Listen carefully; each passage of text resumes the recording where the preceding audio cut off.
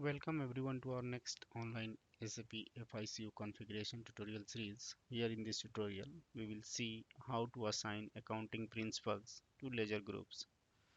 So mainly in this configuration steps, we will assign a specific accounting principle to the ledger group to manage the multiple accounting principles concurrently.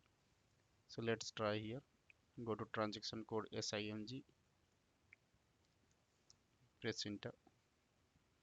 Go to financial accounting here, financial accounting global settings, then go to ledgers here under this parallel accounting, and here assign accounting principle to ledger groups.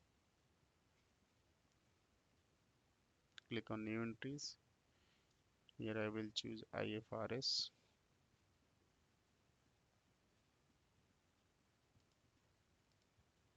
and target ledger group will be 0L.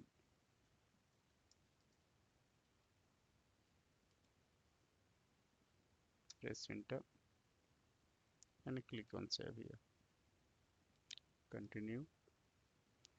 So by this way you can assign accounting principles to ledger groups.